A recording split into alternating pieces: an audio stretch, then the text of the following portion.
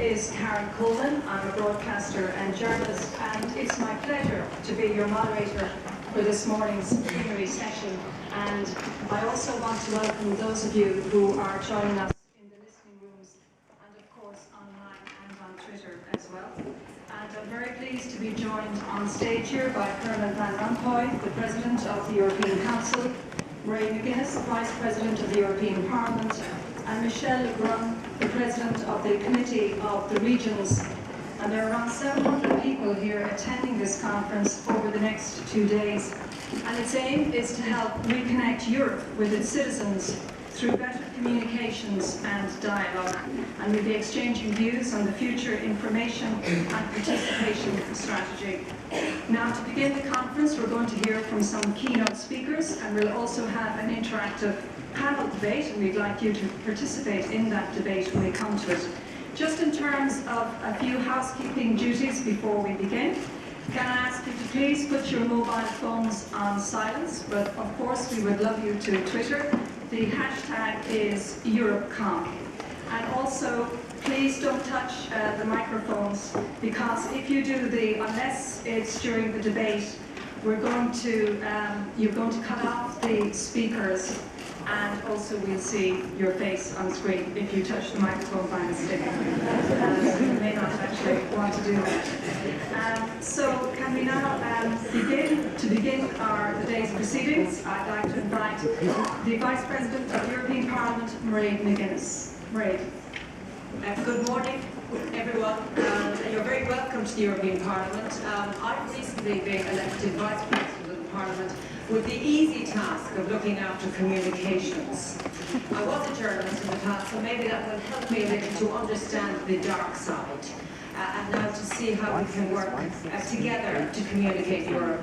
I think it's really important to thank the Committee of the Regions and Michel Lebrun in particular for this initiative and for the continuity of it. It's really important that we talk about communicating Europe, not just at election time, but right throughout our term and our mandate. It's not easy. I'm looking up and I see imagining Europe, and I'm thinking, well, Europe is, so why do we have to imagine it? Now, clearly, we do need to have an image and a sense of Europe, and maybe that's what we lack. However, I had the very enviable task of being the representative of the European Parliament at the opening ceremony of the Ryder Cup. And I have to say, the joy of listening to people shout Europe, Europe, Europe, to get behind Team Europe was something fantastic.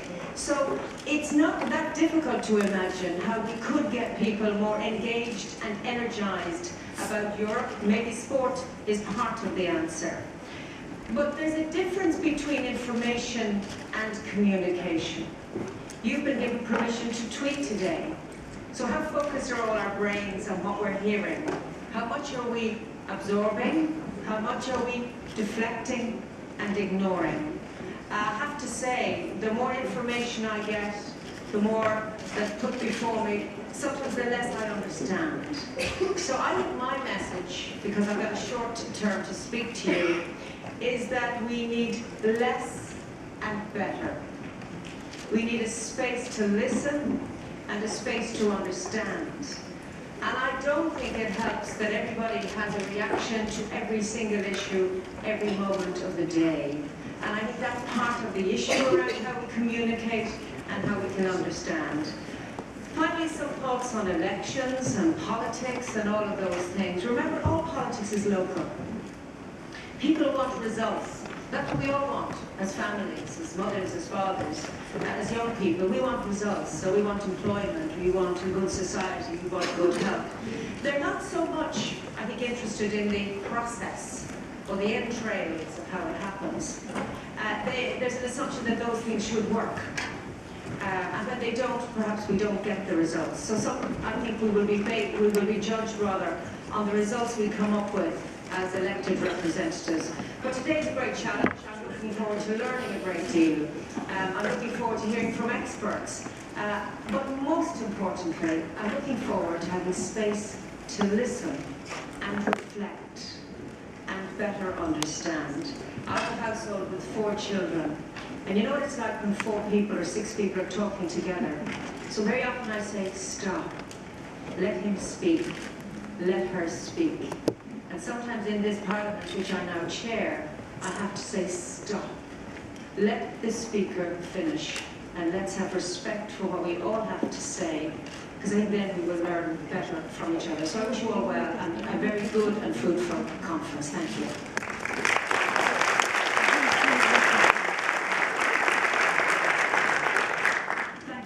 Ms. McGuinness, and I would now like to welcome Michel, the President of the Committee of the Regions. Merci et merci Madame la Vice-Présidente pour l'accueil que le Parlement européen réserve comme chaque année à ce grand rassemblement, à cette grande réunion de travail qu'est EuroPCom. Monsieur le Président du Conseil, Madame et Messieurs les Vice-Présidents, Monsieur le Secrétaire d'État, chers collègues, c'est avec grand plaisir que j'ouvre cette 5e édition d'EuroPCom. Vous êtes venus très nombreux, comme chaque année, plus de 700 participants, spécialistes de la communication publique européenne, pour discuter de vos défis professionnels. Votre intérêt témoigne de l'importance de la communication dans le contexte politique actuel et de votre engagement pour relier nos concitoyens à tous les niveaux de gouvernance et à l'Europe. Voilà quel est votre défi. Notre conférence se tient à un moment charnière pour la communication sur l'Union européenne. Les élections de mai dernier sont éloquentes et confirment la défiance de nos concitoyens envers l'Union européenne et la politique en général. La montée des votes eurosceptiques et surtout le taux d'abstention toujours plus élevé constituent un avertissement sévère dont il faut rapidement tirer les conclusions. Il appartient aux institutions européennes de proposer une voie nouvelle pour communiquer sur le projet européen, mais cette voie doit s'étendre à tous les échelons décentralisés de la gouvernance. Le soutien que le Parlement, la Commission, la présidence italienne du Conseil et le Comité économique et social apportent à notre conférence, et je les en remercie vivement, illustre l'ambition que nous partageons et atteste que nous comptons sur votre expertise et votre engagement pour renforcer les liens entre et avec les citoyens. Réconcilier les citoyens avec l'Union européenne représente un enjeu avant tout politique. Aucune stratégie de communication, aucune campagne publicitaire n'influencera l'opinion publique et l'engagement civique si elle ne reflète pas une vision plus profonde. Il nous faut plus de clarté sur les valeurs et les ambitions de l'Union, et plus de parler vrai aux hommes et aux femmes pour les rassembler autour d'un projet européen participatif, décentralisé et créatif. Et pour nous stimuler dans ce débat, j'ai maintenant le plaisir de donner la parole à M. Herman Rompuy, qui est président du Conseil européen. Monsieur le Président, je sais combien vous avez à cœur que le message européen passe auprès de nos concitoyens. Je ne doute pas que votre communication aujourd'hui sera un apport précieux auprès de tous les participants à EuroPCom. Monsieur le Président, je voudrais vraiment, dans un agenda que je sais particulièrement chargé, vous remercier d'être présent aujourd'hui et vous assurer que votre présence est hautement appréciée par notre Assemblée. Je vous donne maintenant la parole.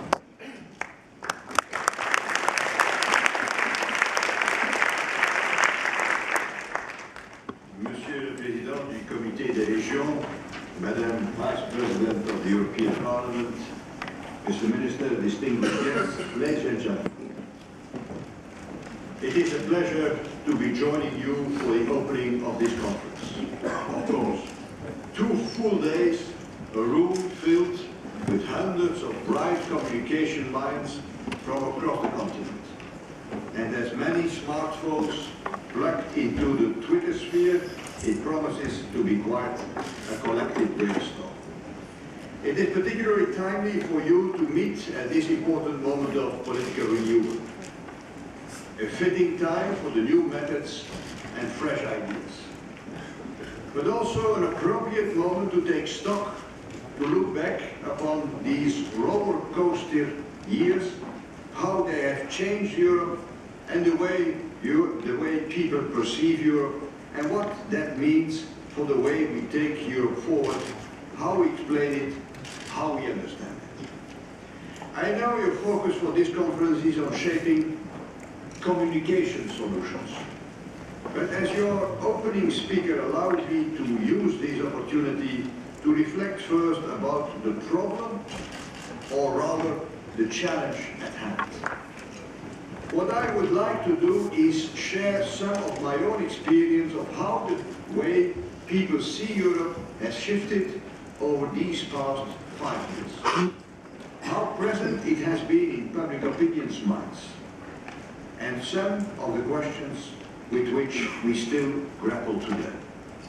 My starting point is that this is a period during which Europe lost its innocence, during which it gained in maturity. Certainly not always an easy experience, but in many ways one that was necessary and overdue. Europe was traditionally communicated as an ideal of peace, a somewhat abstract project that tangibly affected only small categories of people. If the European Union did have a concrete impact on your daily life at the time, then chances are that you were a project beneficiary, a farmer, a cross-border businessman, or an Erasmus student. With the euro, the Union entered the daily lives, the very pockets of hundreds of millions of people. And of course, concrete reality always attracts greater criticism than dreams. But it is only with the crisis that citizens discovered, sometimes the hard way, what it really means to live in the Union, how it feels to be in the same boat. People came to realize that what happens across the border, banks, bubbles, or budgets, all this matters also to their own lives. And for the very first time, Europeans had to face the hard fact that alongside the benefits also came costs. Far from killing solidarity between European countries, as some concluded hastily at the time, what the crisis did in fact was to reveal what it truly takes to be a union.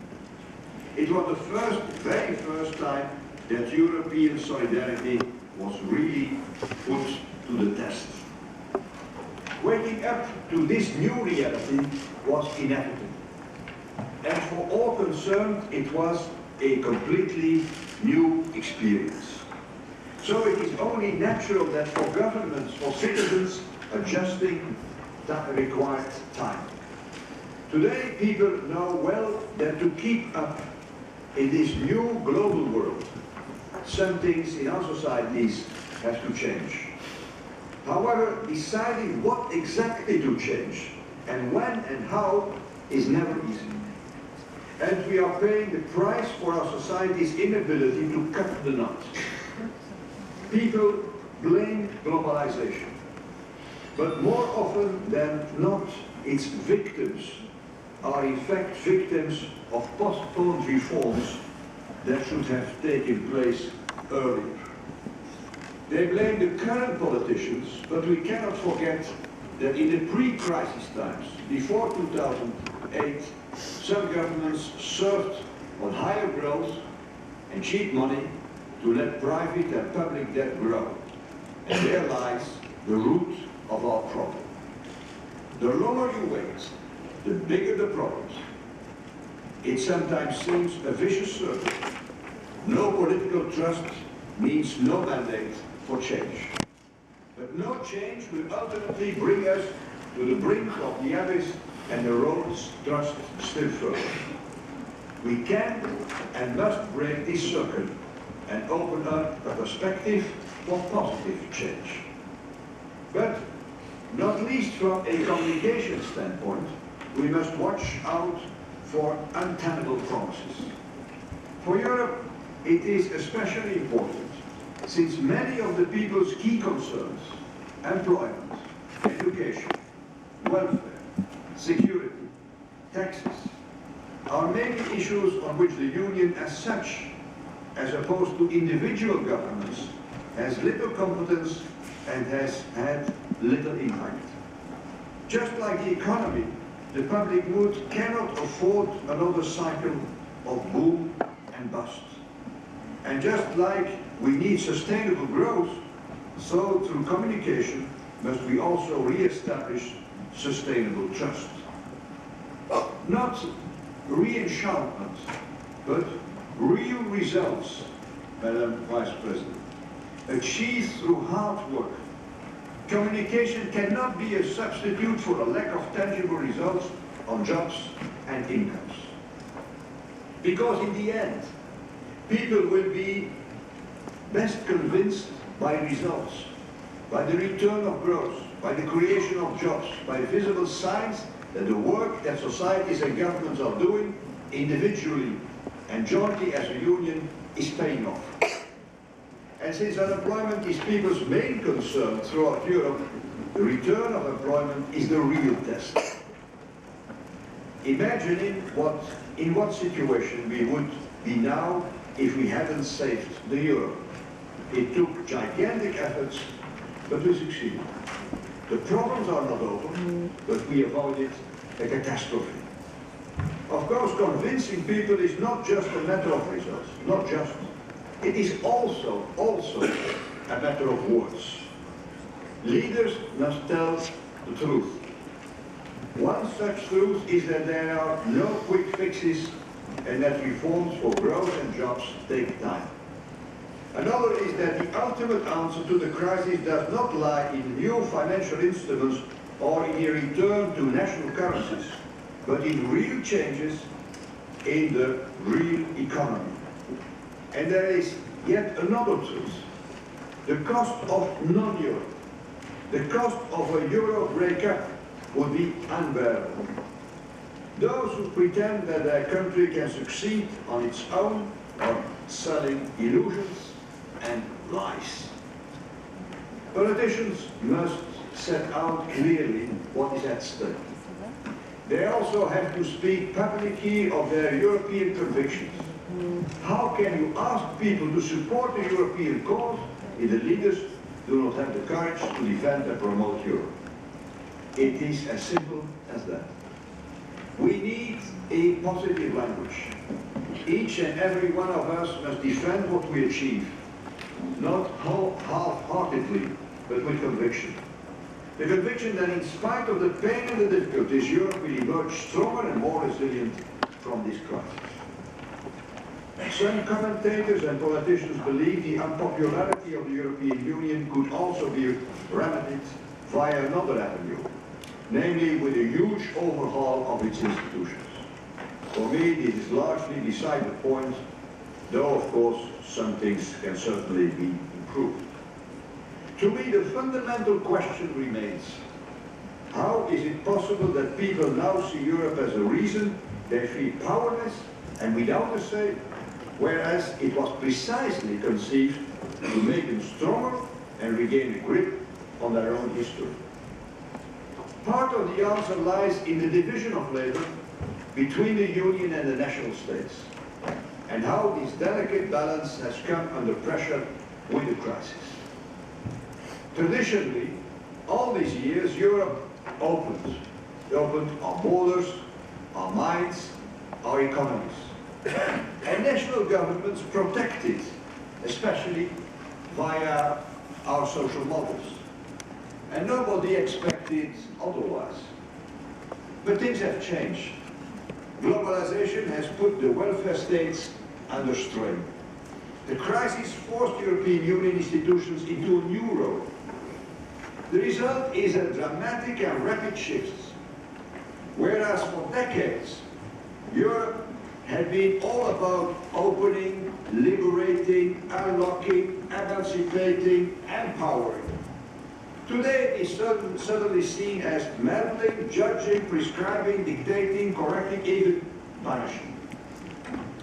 Europe, the great opener of opportunities, is now perceived by many as an unwelcome intruder. A friend of freedom is seen as a threat to protection. A bad cop imposing reforms and tightening of budgets while national governments are expected to comply. Another untenable division of labor. We need to get the balance right. It is essential for the Union to be also on the protecting side. It is urgent for the Union not to be seen as only benefiting business, but also employees. Not only the movers, but also the stayers. Not only those with diplomas and language skills, but all citizens. And people not only as consumers, who like cheap products and a wide choice, but also as workers, who can see in others competitors for their jobs. And how can we get this balance right? When it comes to protection, people expect two things from the European Union. First, for problems that individual countries are clearly not big enough to fight on their own, that the Union steps in. And second, where national authorities are best placed to provide care that the Union does not get in the way.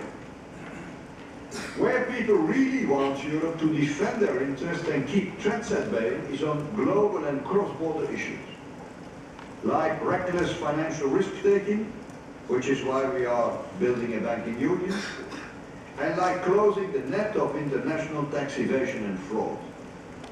Or threats like internet abuse, social dumping, gas oligarchs, all issues where Europe stands its ground and is stepping up its efforts.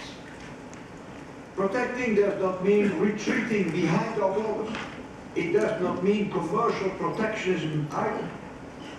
Part of it is precisely working with other countries abroad, to solve problems like instability, lawlessness, or illegal immigration. This is Europe at work as a protector on issues where its size makes a real difference, scale matters. But there are other cases where precisely because of its scale the Union must tread softly. Not disrupt, but respect familiar places of protection and belonging, from national welfare choices to regional traditions and identities, all the way down to local cheese. Knowing when to act as a union and when not to is a difficult balance. It must be the outcome of a conversation, since preserving that balance is a collective work. People expect sensible rules, fairly applied, and a fight against abuses. And to me, overall, the citizens' message to the Union is clear. Be stronger outside, be more caring inside. This is where we must focus Europe. This is where we must explain Europe, where we must communicate Europe in words and in deeds. Mr. President, ladies and gentlemen, I hope this reflection will find echoes in some of your discussions and actions over these 2 days, and I wish you fruitful exchanges. Thank you for your attention.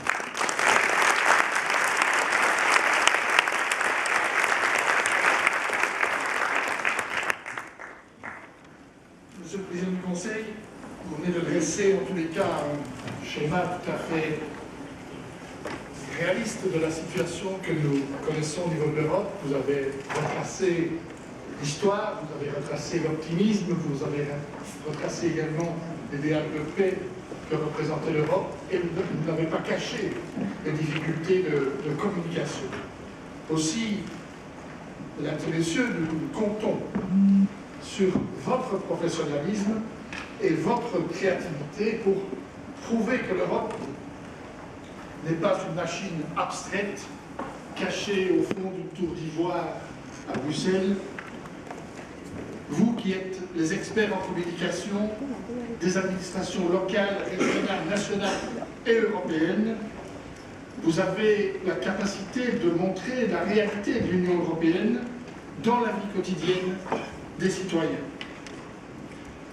C'est vous qui comprenez le mieux l'opinion publique locale et les approches à adopter pour stimuler le dialogue avec et entre les citoyens. Vous disposez également d'un éventail d'exemples très concrets montrant l'impact de la législation et du financement européen.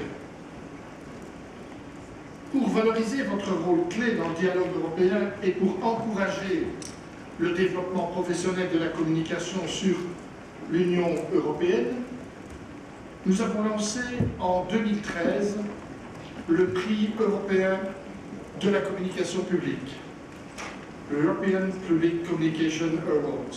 Avec ce concours, nous voulons rendre hommage aux administrations publiques qui développent des campagnes ou des stratégies de communication remarquables sur l'Union européenne. Nous en sommes donc aujourd'hui à notre deuxième édition de ce concours. Nous avons reçu 28 candidatures proposées par des administrations locales, régionales ou nationales de 12 États membres. Vous trouverez la liste complète des candidats dans la brochure de la conférence que vous avez reçue à l'entrée. Et je tiens vraiment à féliciter, au nom du Comité européen des régions, toutes les administrations et leurs partenaires qui ont participé, et je les encourage à poursuivre les efforts qu'ils ont accomplis dans la communication européenne. Les 28 communications, les 28 candidatures ont été évaluées par le comité de pilotage EuroPCom, composé d'experts de communication des institutions européennes, des États membres et des associations professionnelles. Et j'ai le plaisir de vous annoncer les décisions du jury et de remettre les prix aux 3 candidats qui ont reçu davantage de suffrages. Je vais, permettez-moi, commencer par le 3e prix, qui revient à un projet qui fait connaître depuis 5 ans déjà les réalisations menées à bien grâce aux fonds européens au niveau local et régional. Dans ce projet, le jury a apprécié particulièrement la coordination interrégionale ainsi que son impact et sa visibilité dans des centaines de communications et de communautés locales. Le 3e prix, lauréat de ce 3e prix, j'ai l'honneur de vous le présenter. Il s'agit de l'initiative Le Joli Mois de l'Europe, proposée par le Commissariat général de l'égalité des territoires du gouvernement français. Et j'invite à ce propos Madame Clermont-Rouillé et ses collègues des régions Aquitaine et Nord-Pas-de-Calais à venir sur le podium pour recevoir leur prix. Nous pouvons les applaudir.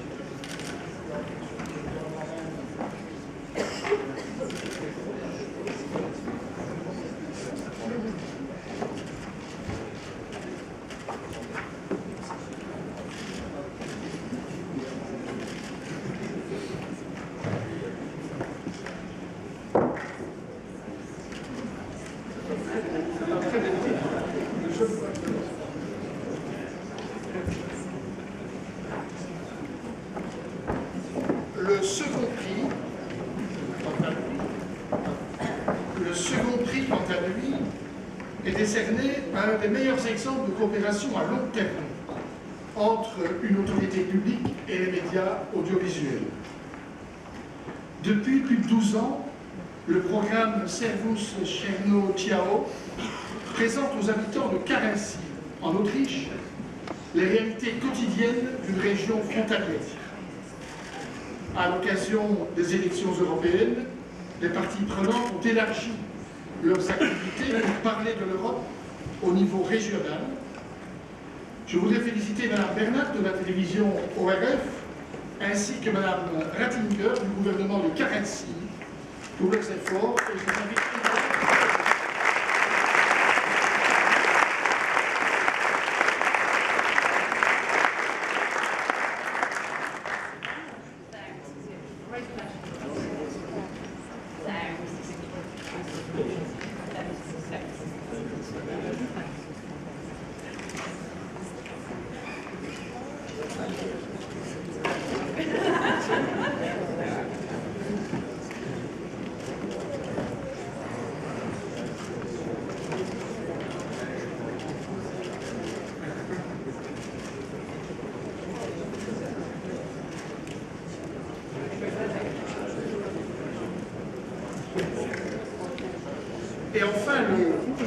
Et enfin, le premier prix, le premier lauréat de notre concours, nous emmène en Finlande. C'est sous les auspices du ministère des Affaires étrangères et malgré des ressources limitées que le projet Factabari a approfondi et mieux équilibré le débat public relatif aux élections européennes de 2014. D'une façon novatrice, participative et impartiale, les journalistes et volontaires de Factabari ont pu analyser et commenter les discours sur l'Europe. Et ils ont eu visiblement une influence sur les débats électoraux. Monsieur Salo et Monsieur Mouradja, mes félicitations à vous-même et à toute l'équipe.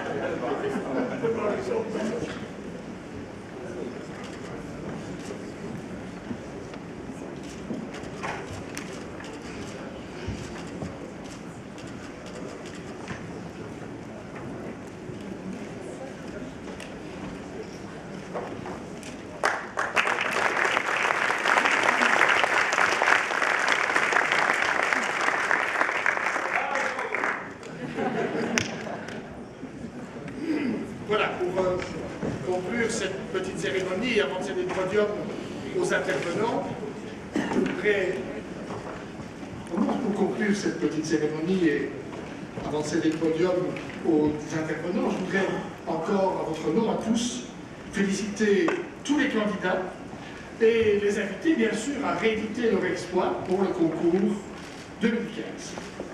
Et enfin, permettez-moi encore une fois de remercier Madame la vice-présidente du Parlement européen pour son accueil, et bien sûr le président du Conseil, M. Van Rompuy, pour sa présence ce matin à la session d'ouverture d'EuroPCom, que je vous souhaite d'excellente qualité. Bonne journée à chacune et à chacun.